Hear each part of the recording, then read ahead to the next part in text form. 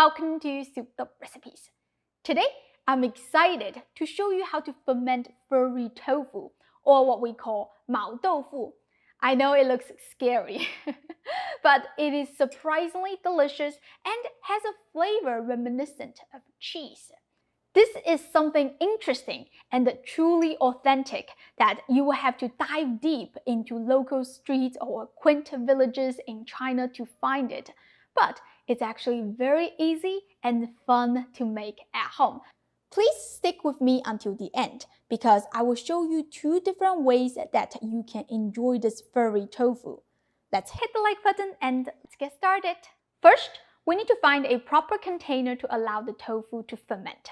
I'm making quite a lot of tofu, so I'm using two big baking trays. One to place at the bottom, one to cover on the top to create a fermenting room. If you're making small amount of tofu, these double-layered basket set are perfect. The inner basket will lift the tofu, which not only allows air circulation, but also lets excess moisture to drain down. Sometimes the fridge storage container also comes with a draining basket, so it will work as well. No matter what you use, make sure you wash them thoroughly. These baking trays may have splatters of grease from the previous cooking, so please rub carefully because grease will cause spoilage. Once done, rinse well. Then dry them in a 300 degrees Fahrenheit oven for 10 minutes. If you are using the plastic draining basket set, do not put them in the oven. You can only air dry them. Once done, take the trays and the baking rack out and let them cool. Now, we will take care of the tofu. Please use firm tofu. Soft tofu contains too much moisture, which is not good for fermenting. Cut it into bite-sized pieces. Make sure your hands, cutting board, and knife are clean, so you increase the chance of success. I have 2 packs of tofu. I cut the first pack into cuboids because I will deep fry them later. I cut the second pack into cubes and we will preserve them with a spicy rub. Set the tofu aside. You will need some milker powder, which is a type of fungi that is carefully demascated for fermenting purpose. I'll link it in the description. You can check it out if you don't know where to buy it. Mix it with a 1/3 cup of boiled but cooled water. Stir until no lumps remained. Dip the tofu into the milker solution and flip to make sure all sides are coated. Place the tofu onto the cooling rack and continue to do the rest. Make sure you leave some space between each other to allow the fur to grow. Cover the tofu with the other baking tray to retain the moisture. Leave this at room temperature for 2 days and feel free to open it anytime to take a look. Don't forget to label it so you can track the time. The next day, 8 a.m. in the morning, mine already started to grow some tiny fur, about 1 millimeter. It is short, but consider it has only been 12 hours. It is quite fast. When I check it on the 3rd day, 8 a.m. in the morning, which is 36 hours of fermenting, all the tofu was covered completely with white mycelium. I know it looks like mold. In fact, it is a non-harmful and edible mold, which gives the tofu that unique taste. On the 4th day, at 8 a.m., the tofu became fluffier because the mycelium grew much longer and started connecting the tofu cubes next to it. They look like cotton cubes. That is when you know they're done. So, mine actually took about 60 hours in total, which is 2.5 days. If you're not a native Chinese, you will have no idea what to do and how to eat this moldy tofu. I'm going to show you 2 delicious recipes to enjoy it. The first one is deep-fried furry tofu, which is a classic street food in Anhui province. Heat 1.5 cups of oil to 380 degrees Fahrenheit. Take the tofu one by one and add to the oil. Make sure the furry side face down because the bottom where it contacts the rack doesn't have the mycelium, so it will stick really bad to the wok. You have to use a ladle to spoon the oil over the top. Keep doing that until the surface is seared. Then it will not stick anymore. The total frying will take about 3 to 4 minutes over medium heat. Once they are golden brown, take them out of the oil and set them aside.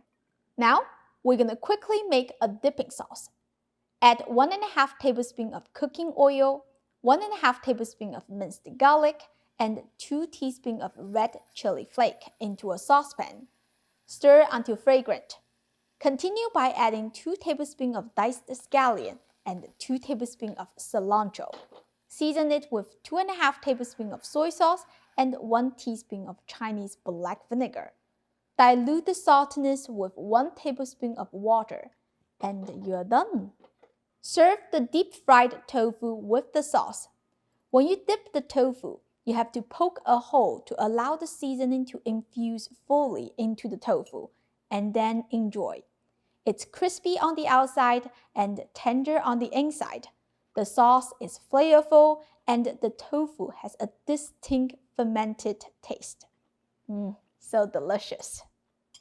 The second recipe is called Hongo Tofu, very popular in China. Lao Ganma also has it for sale. If you don't have time to make this, you can buy a bottle from the store and give it a try to see if you like it. You will need 1 cup of vegetable oil. I'm using soybean oil, but peanut, corn, and sunflower seed oil will also work. Heat it to 380 degrees Fahrenheit. The purpose of the heating is to remove the raw oil taste and turn off the heat. Put on the lid and let it cool completely. While waiting, add 4 teaspoons of salt, 2 teaspoons of 5-spice powder, 1 teaspoon of Sichuan peppercorn powder, and a 1/4 cup of chili flake in a bowl. I used both mild and spicy chili powder to balance the heat level. You should choose the chili that fits your tolerance. If you don't eat spicy food, you can use sweet paprika instead. Mix well and set it aside. Pour in a 1/4 cup of high alcohol content liquor into a bowl. I supposed to use baijiu for this recipe, but I couldn't find it around where I live, so I use vodka as a replacement. Besides that, whiskey and rum will also work. Take a piece of tofu and dip it in the vodka. Flip to wet all the sides. The fluffy mycelium tends to absorb a lot of liquid. You should slightly shake off the excess so the tofu is not too wet. Gently put it into the spice mix and coat evenly. Store the tofu into clean jars. Continue to do the rest.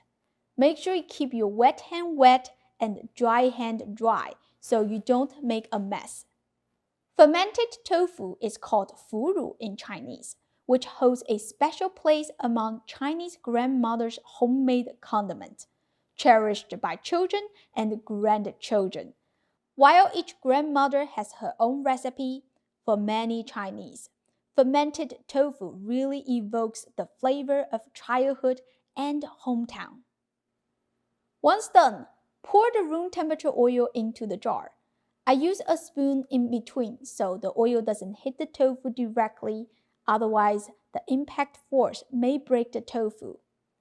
Make sure the oil is enough to immerse all the tofu, but leave 1 inch of space from the mouth of the bottle because it will continue to ferment as the day goes by and it may overflow. This can stay good at room temperature for 6 months or 12 months in the fridge. You can enjoy it with white rice, congee, and noodle soup. You can also use it as an ingredient to incorporate into dishes such as char siu and braised pork belly. Alright, that is all for today. I hope you can get out of your comfort zone and give this furry tofu a try soon. You'll be surprised. Don't forget to like and subscribe to my channel for more authentic Chinese food. Thank you for watching and I'll see you next time. Bye!